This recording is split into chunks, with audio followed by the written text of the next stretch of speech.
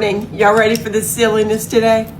Listen, this morning I'm gonna try. I got a couple of things, but this morning y'all been telling me to try this cherry slush. I'm not a cherry girl, so I'm gonna try it before I even pour it because you know what I have on deck here. But I'm gonna try it. But I want to tell y'all, I was talking to my friend the other day, and she came and saw the motorhome. Hang on,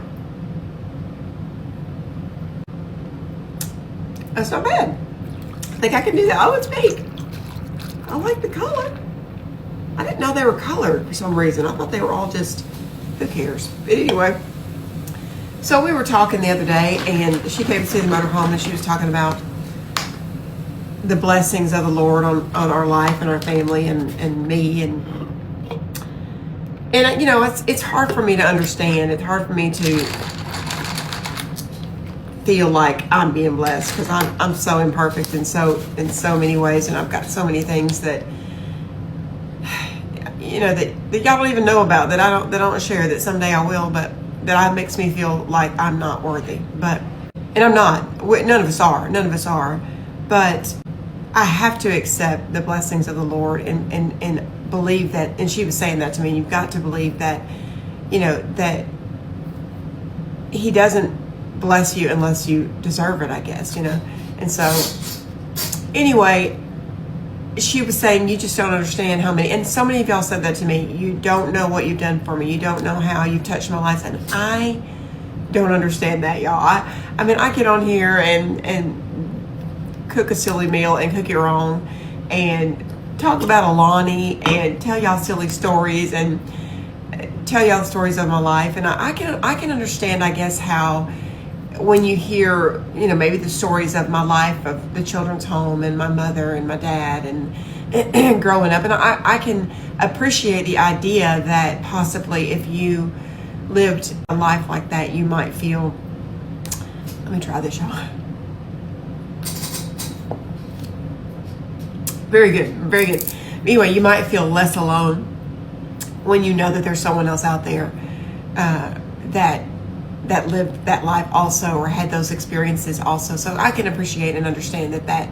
But the rest of it, y'all, is just like, I don't even know. Again, I wake up every day and think, how is this my life? How is it that there are people that want to hear anything I have to say, or watch a dumb recipe where I'm putting oil in the noodles when you're not supposed to, and all the things. But I, with the trueness of my heart, say to you that I want to be a blessing. I want to do whatever it is the Lord has me to do. So I do say to Him, please tell me what I'm supposed to say. And you know, I don't say that every morning. Obviously, He's not telling me to get on here and do a clapback.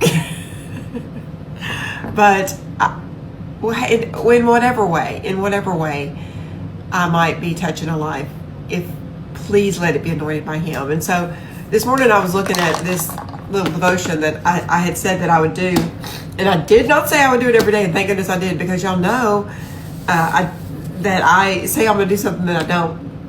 I'll say I'm going to cook today, and then something happens and life happens, and then I don't, and all the things. But anyway, but I do read it, and I do need to share it more often, because I know that the Bible says that we're blessed by His word. And so I want to be blessed, and I want you to be blessed. And so I just opened it up this morning, and having had that conversation with Sammy and hearing y'all say those things and still not understanding it, it's weird what I came across this morning. So I'm gonna real quickly read it to you. Now's the time to scroll if you're not interested in anything like that. But this little book, I've shown it before. It is a little devotion, and it gives you a little scripture at the top, then a little discussion, just real quick, and then it gives you a prayer at the end. So anyway, this one says, live a meaningful life. It says, when Jesus spoke again to the people, He said, I am the light of the world. Whoever follows me will never walk in darkness, but will have the light of life. John 8:12. And then it says, when you sometimes feel a little discouraged, do you ever wonder if life is worth it? If there's any point to your daily routine and existence? I think that all the time. I think, do I get on here? I mean, do they even, this good morning, do they care? I mean, so silly, you know, but I feel like I need to. I feel like I want to talk to y'all. And so anyway, Yes, from time to time, we all grapple with questions about life, the meaning of it, and hope for the future.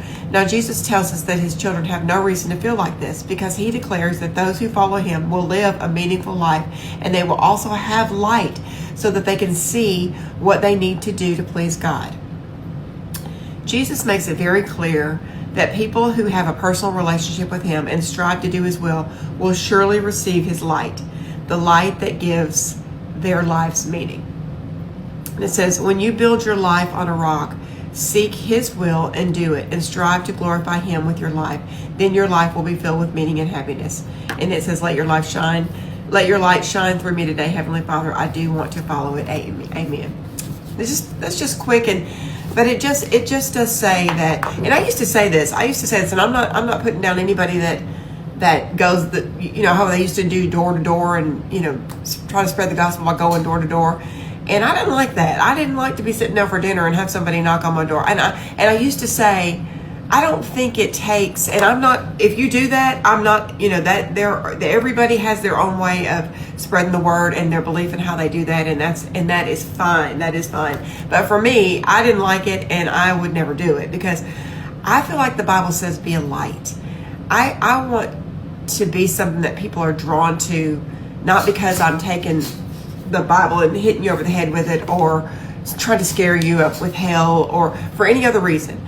Be drawn to him because of some sort of a light. I don't think I have a light, but I know that there are people that do. And I think it all starts with love. And I'll end with this, and I'll tell the story before.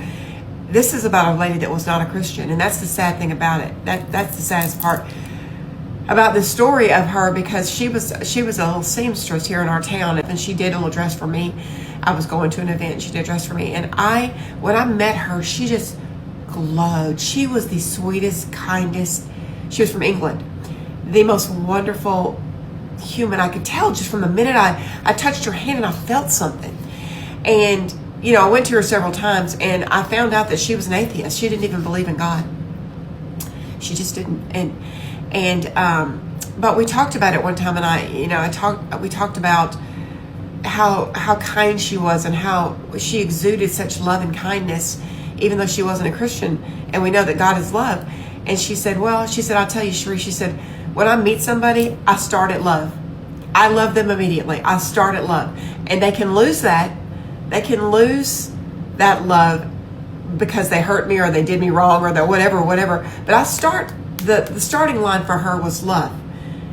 And I thought, gosh, how sad is that? Because as Christians, a lot of times we don't start at love. We start at judgment. And you can earn our love by acting right and doing right and being right and all the things. You can earn our love, but we don't typically start at love. And that's sad that somebody that didn't even know the Lord, that was her baseline. So anyway, start with love, y'all. Start with love. And I ain't perfect, y'all. There's a lot of people that I don't feel like I love, and I should.